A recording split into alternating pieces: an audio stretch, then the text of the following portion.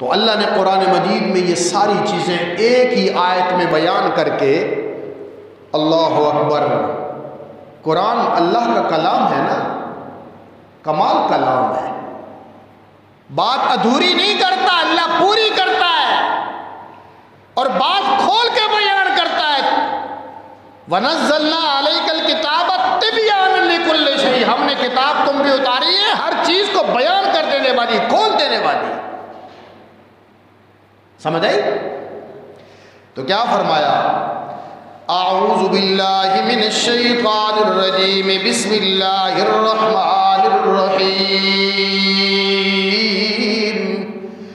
زین للناس حب الشہوات من النساء والبنین والقناطیر المقنطرة من الذهب والفضة والخيل المسومة والأنعام والحرث ذلك متاع الحياة الدنيا والله عنده حسن المآب۔ حقیقی کامیابی تو وہ جسے رب العالمین کامیابی قرار دے دے۔ اللہ نے قرآن میں ان ساری نعمتوں کا تذکرہ کر کے رکھ دیا جسے عام طور پر انسان اپنے لیے کامیابی کا ذریعہ سمجھتا ہے۔ فرمایا زین للناس حب الشہوات، لوگوں کے لیے خواہشات نفس کی چیزوں کو بڑا خوبصورت بنا کر پیش کر دیا گیا، انہی میں مگن رہتا ہے۔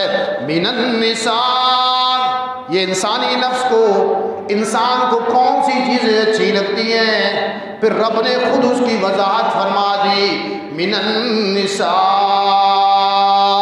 پہلی چیز خوبصورت بیوی مل جائے، من پسند جگہ رشتہ ہو جائے، شادی ہو جائے، رفیق حیات مل جائے، والبنین، اولاد بیٹے مل جائیں، والقناطیر المقنطرۃ من الذھب والفضہ، یا سونے اور چاندی کے ڈھیر ہو جائیں اس کے پاس، ڈالر پاؤنڈ اس کے بینک بیلنس کے اندر بہت سارا روپے ہو جائے، والخیل المسومہ، اور نشان زدہ گھوڑے، سادہ گھوڑے نہیں، والخیل المسومہ، خاص گھوڑے، خوبصورت گھوڑے، VIP گھوڑے۔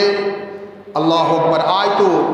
آج کے زمانے کے اندر اگر آپ کہیں تو پراڈو مل جائے، اس سے بڑی اچھی گاڑی مل جائے، V8 گاڑی مل جائے، جو دنیا کی مہنگی ترین گاڑیاں ہیں، لیکن اس زمانے میں چونکہ گھوڑا عربی نسل کا گھوڑا جو تھا اس زمانے کے اندر آج کے دور کی پراڈو کے مقابلے میں شاید قیمتی تھا،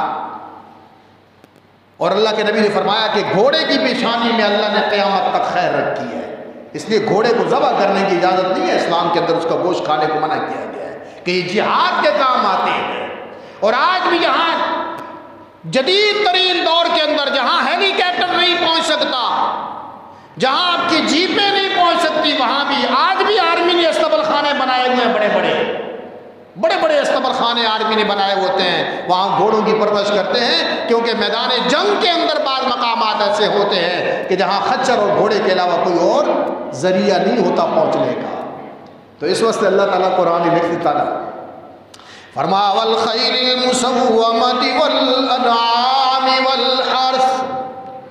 پنڈ کے لوگوں، گاؤں کے لوگوں کو تو یہ بات سمجھ آتی ہے، او فلانے کا بہت بڑا ڈیرا ہے، مجھوں دی قطار ہے، او گائیاں ماشاءاللہ فلانی نسل دی گائیاں، ہاں بکریاں اتنی رکھی ہوئی ہیں، مویشی چوپائے اس کے پاس پڑے ہیں۔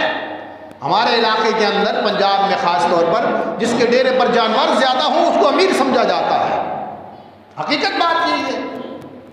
آپ کا بھی ماضی ایسا تھا، آپ تو لوگوں کا گزر بسر کیونکہ جب سے نوکریاں ملنے شروع ہو گئی ہیں تو لوگوں نے ان چیزوں کو چھوڑنا شروع کر دیا ہے، حالانکہ فطرت کے قریب جو زندگی ہے وہ صحت کی زندگی ہے، سکون کی زندگی ہے۔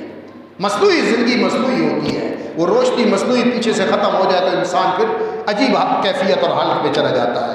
تو فرمایا کہ یہ سونے چاندی کے ڈھیر، نشان زدہ گھوڑے، بیوی بچے، کھیتی باڑی، یہ ساری چیزیں انسان کو اچھی لگتی ہیں اور انہی میں لگا رہتا ہے۔ پیسہ کمایا، پھر کوٹھی بنائی، پھر بڑے خاندان ہے، خوبصورت جگہ تے شادی لڑکی نال کی تھی، پھر بڑا ولیمہ کیا، پھر گاڑی لی. فرمایا اسی چکر میں انسان پڑتا ہے. اب اللہ کیا تبصرہ کرتا ہے؟ اللہ اکبر. فرمایا ذالک متاع الحیات الدنیا، ذالک متاع الحیات الدنیا. تیری کوٹھیاں، تیرے بنگلے، تیری بینک بیلنس، تیری جائیدادیں، تیری کھیتی، تیرے بڑے بڑے رقبے اور مربے، تیرے گھر میں بندھے ہوئے گھوڑے اور جانور اور چوپائے اور مویشیاں، رب العالمین فرماتا ہے ذالک متاع الحیات الدنیا، یہ تو سب کچھ دنیا کا سامان ہے، لیکن بندہ مومن تو دنیا میں ہمیشہ رہنے کے لیے نہیں آیا. تو پھر عارضی چیز پر، جس کو عارضی چیز ملی ہے اور پتہ بھی نہیں ہے کب تک اس کے پاس ہے، اسے کیسے کامیاب کرا دیے جائے. واللہ عندہ حسن المآب. فرمایا رب العالمین کے پاس اس سے بہتر ٹھکانہ ہے تمہارے.